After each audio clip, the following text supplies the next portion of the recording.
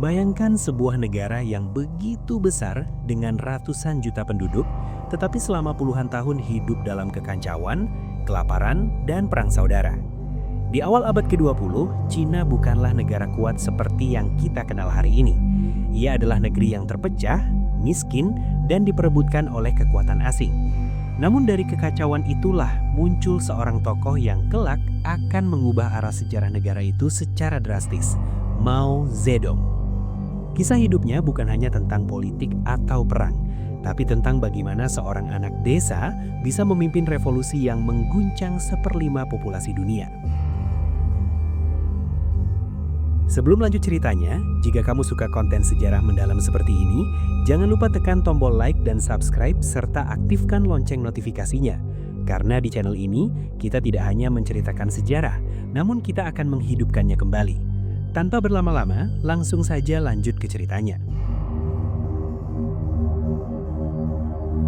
Cerita ini sebenarnya dimulai jauh sebelum Mao menjadi pemimpin besar. Ia lahir pada 26 Desember 1893 di sebuah desa kecil bernama Shaoshan di Provinsi Hunan. Keluarganya bukan bangsawan atau pejabat, melainkan petani yang cukup sederhana. Ayahnya dikenal keras dan disiplin, sementara Mao muda lebih suka membaca buku daripada bekerja di ladang. Dari kecil, ia sudah menunjukkan sifat yang agak berbeda, penasaran, keras kepala, dan sangat tertarik pada cerita tentang pemberontakan dalam sejarah Cina. Saat Mao masih remaja, Cina sedang mengalami perubahan besar. Selama lebih dari 2000 tahun, negeri itu diperintah oleh sistem kekaisaran. Tetapi pada 1911, revolusi besar menggulingkan dinasti terakhir, dinasti Qing. Revolusi ini dipimpin oleh tokoh nasionalis Sun Yat-sen yang ingin mengubah Cina menjadi republik modern. Namun jatuhnya kekaisaran ternyata tidak langsung membawa stabilitas, justru sebaliknya. Setelah 1912, Cina terpecah menjadi wilayah-wilayah yang dikuasai panglima perang lokal. Pemerintah pusat lemah, ekonomi berantakan, dan negara-negara asing masih punya pengaruh besar di pelabuhan-pelabuhan utama seperti Shanghai. Di tengah kekacauan itulah, Mao tumbuh dewasa. Pada 1918, ia pindah ke Beijing dan bekerja sebagai asisten di perpustakaan Universitas Peking. Pekerjaannya sederhana, menyusun buku dan membantu mahasiswa. Tetapi tempat itu justru membuka dunia baru baginya. Di perpustakaan itu, Mao membaca berbagai ide politik yang sedang mengguncang dunia, nasionalisme, demokrasi, dan terutama gagasan Karl Marx tentang komunisme. Tahun-tahun setelah revolusi Rusia, membuat ide komunisme terdengar sangat menarik bagi banyak intelektual muda di Cina. Mereka melihat bagaimana sekelompok revolusioner bisa menggulingkan sistem lama dan membangun negara baru. Mao termasuk di antara generasi yang terinspirasi oleh peristiwa itu. Pada 1921, di sebuah rumah sederhana di Shanghai, sekelompok kecil aktivis berkumpul secara rahasia dan mendirikan organisasi baru bernama Partai Komunis Cina. Mao adalah salah satu dari mereka.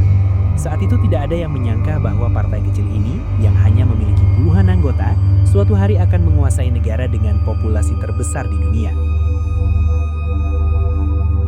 Namun perjalanan menuju kekuasaan itu tidak akan mudah. Justru sebaliknya, jalan yang ditempuh Mao dipenuhi perang, pengkhianatan, kelaparan, dan perjuangan panjang yang hampir menghancurkan gerakan revolusi itu sendiri.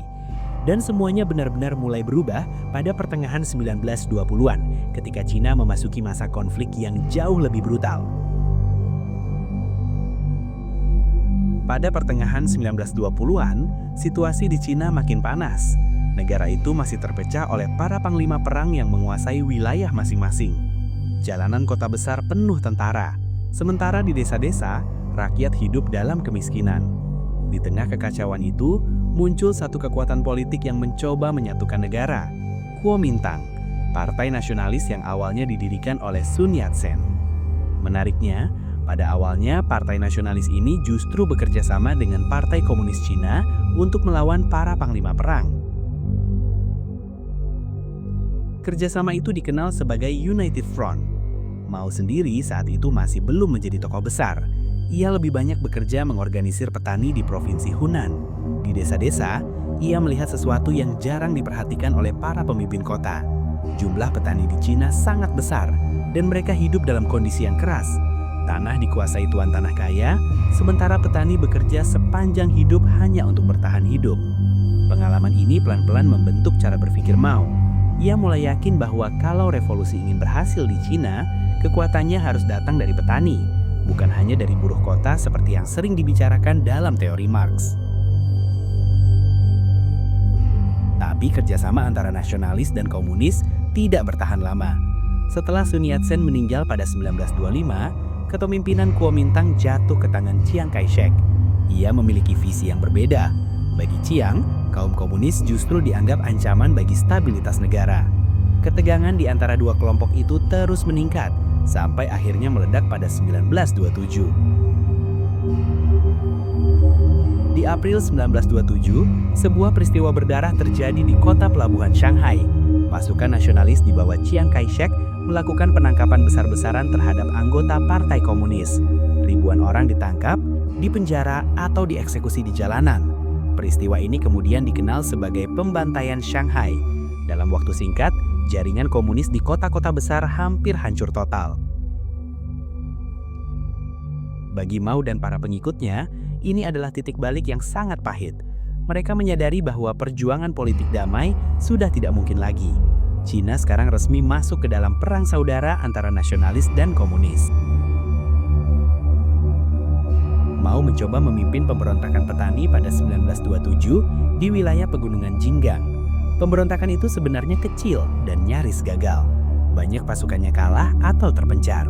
Tapi di tempat terpencil itu, Mao mulai membangun sesuatu yang baru, basis gerilya di pedesaan.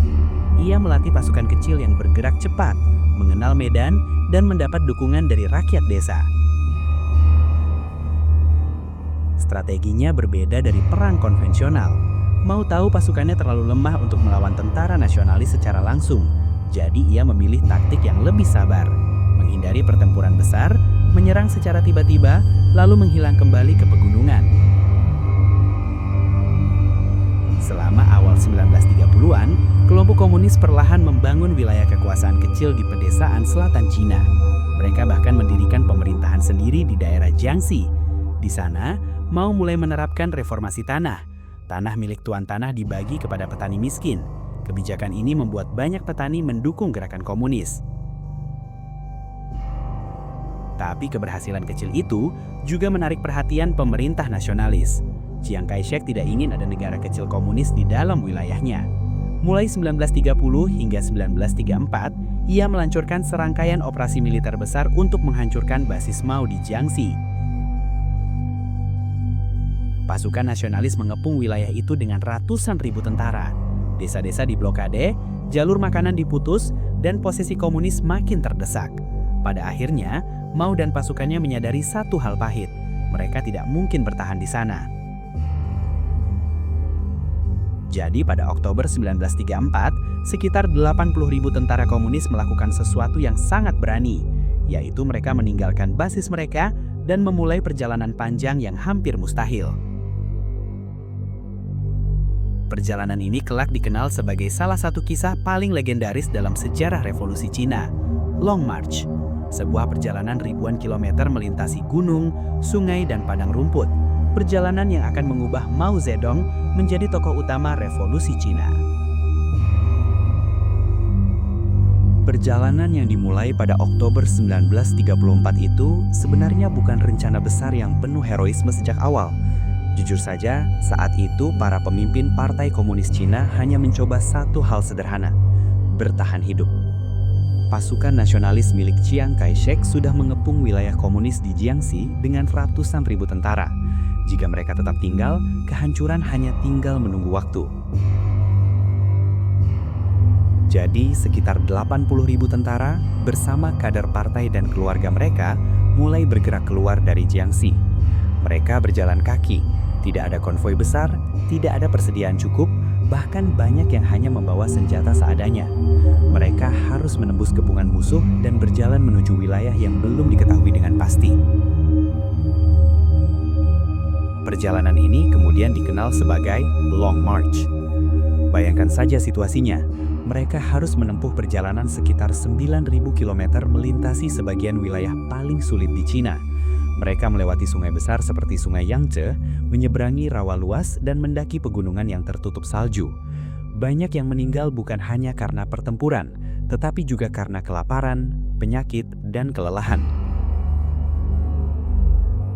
Salah satu momen paling terkenal terjadi pada Mei 1935 di sebuah tempat bernama Jembatan Luding. Saat itu, pasukan komunis harus menyeberangi jembatan rantai yang menggantung di atas sungai deras. Tentara nasionalis sudah menunggu di seberang dan mencoba menghentikan mereka. Dalam kondisi hujan peluru, sekelompok tentara komunis merangkak di atas rantai jembatan yang terbakar untuk merebutnya. Kisah ini kemudian menjadi legenda dalam propaganda revolusi. Namun yang sering dilupakan adalah betapa mahal harga perjalanan itu. Dari puluhan ribu orang yang memulai Long March, hanya sekitar 8.000 sampai 9.000 orang yang akhirnya mencapai tujuan akhir mereka di Shanxi pada Oktober 1935. Sisanya gugur di jalan. Di tengah perjalanan panjang itu, posisi Mao Zedong juga berubah drastis. Pada awal Long March, ia belum menjadi pemimpin utama partai. Tetapi setelah beberapa kegagalan strategi dari pemimpin lain, Mao mulai mendapatkan dukungan lebih besar. Pada Januari 1935, dalam pertemuan penting di kota Zuni, Mao akhirnya diangkat sebagai tokoh utama dalam kepemimpinan militer partai. Pertemuan itu sering disebut sebagai titik di mana Mao benar-benar mulai memegang kendali gerakan komunis. Ketika Long March berakhir dan mereka tiba di wilayah terpencil Shanxi, pasukan komunis sebenarnya sangat kecil dan lemah.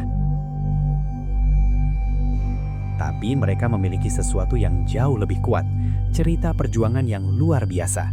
Long March menjadi simbol ketahanan dan pengorbanan. Bagi para pendukung mereka, perjalanan itu membuktikan bahwa gerakan komunis tidak mudah dihancurkan. Namun perjuangan Mao masih jauh dari selesai. Pada akhir 1930-an, ancaman baru muncul dari luar Cina. Sebuah kekuatan besar di Asia mulai memperluas wilayahnya dengan agresif. Pasukannya sudah menguasai Manchuria dan sekarang mereka bergerak lebih jauh ke selatan. Negara itu adalah Jepang. Invasi Jepang pada 1937 akan mengubah arah perang di Cina, memaksa musuh lama, nasionalis dan komunis untuk sementara bekerja sama lagi. Dan di tengah perang besar melawan Jepang inilah, Mao mulai membangun kekuatan yang akhirnya akan menentukan masa depan Cina. Di tahun-tahun setelah kemenangan komunis, Mao mulai membangun negara baru dengan cara yang menurutnya paling benar. Tahun 1953, pemerintah meluncurkan rencana 5 tahun pertama. Pabrik baja dibangun, rel kereta diperluas, dan tanah-tanah besar milik tuan tanah sudah lama dibagikan ke petani. Di banyak desa, orang-orang benar-benar percaya bahwa masa depan akan lebih adil. Di Beijing, poster propaganda menggambarkan petani tersenyum, buruh mengangkat palu, dan Mao digambarkan seperti pemimpin yang membawa Cina menuju era baru. Tapi Mao bukan tipe pemimpin yang puas dengan perubahan yang berjalan pelan. Di 1958, ia meluncurkan sebuah program yang sangat ambisius, Great Leap Forward. Ide besarnya sederhana tapi radikal. Cina harus melompat jauh ke depan dan mengejar negara industri seperti Inggris dalam waktu sangat singkat. Desa-desa dipaksa bergabung dalam komune rakyat besar. Lahan digarap bersama, bahkan halaman rumah dipakai membuat tungku baja kecil-kecilan. Di banyak tempat, orang melebur peralatan rumah tangga mereka untuk membuat logam.